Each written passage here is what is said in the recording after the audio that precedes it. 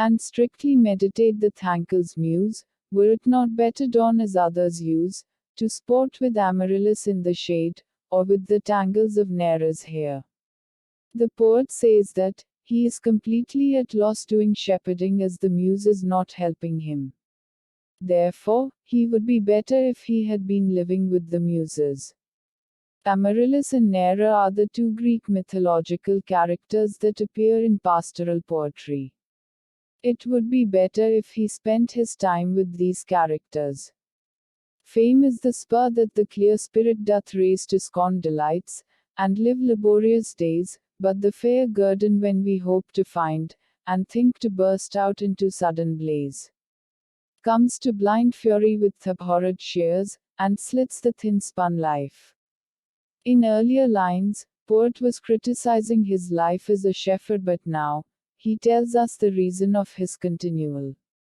He says that human beings are toiling day and night to earn some fame. Fame is a sickness that is hard to ignore but at the same time delightful. Guerdon means a reward, that even Lycidas was seeking, but before he could find it, the blind fury that is our fate, comes and snatches the life away from us and our hard work goes to waste. Fame is no plant that grows on the mortal soil, nor in the glistering foil set off to thwart, nor in broad rumor lies, but lives and speeds aloft by those pure eyes, and perpetuator of all judging Jove, as he pronounces lastly on each deed, of so much fame in heaven expect thy meed. Listening Milton's thoughts, the god, Apollo that is Phoebus came. He touched Milton's ear and tells him the truth about fame. He says that fame is not an earthly thing. People doesn't know what fame is. The foil is like a mirror that is used to increase the reflections to make something brighter. The foil is an illusion. This is not a true reputation of someone.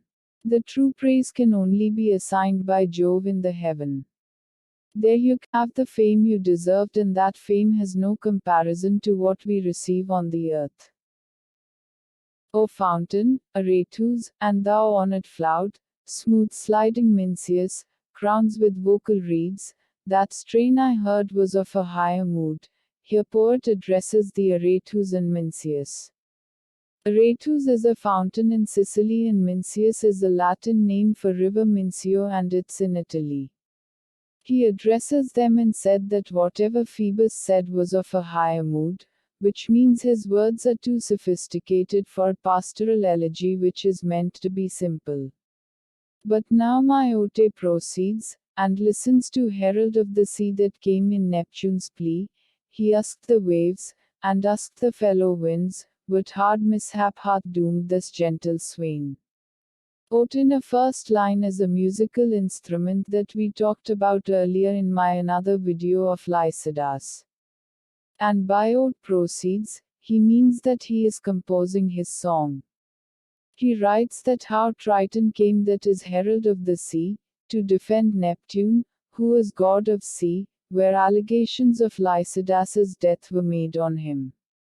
And questioned every guest of rugged wings that blows from off each beaked promontory, they knew not of his story, and sage Hippotades their answer brings, that not a blast was from his dungeon straight, the oar was calm, and on the level brine, sleek Penelope with all her sisters played.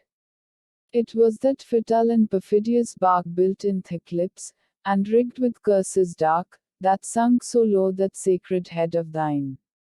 The Triton, who is Greek god of sea, asks the winds about the tragedy of Lycidas. But they told him that they know nothing about him. Now poet blames the winds, but Hippotades replies that his winds were in his dungeon, so they can't be held responsible for it. And Penelope is Panopia, who is a nymph, was also playing somewhere. Now, after getting all the answers, poet said that the ship was responsible. That's what he meant by perfidious bark, that is unfaithful ship, because it was built on a day of eclipse. Therefore his friend Lycidas died.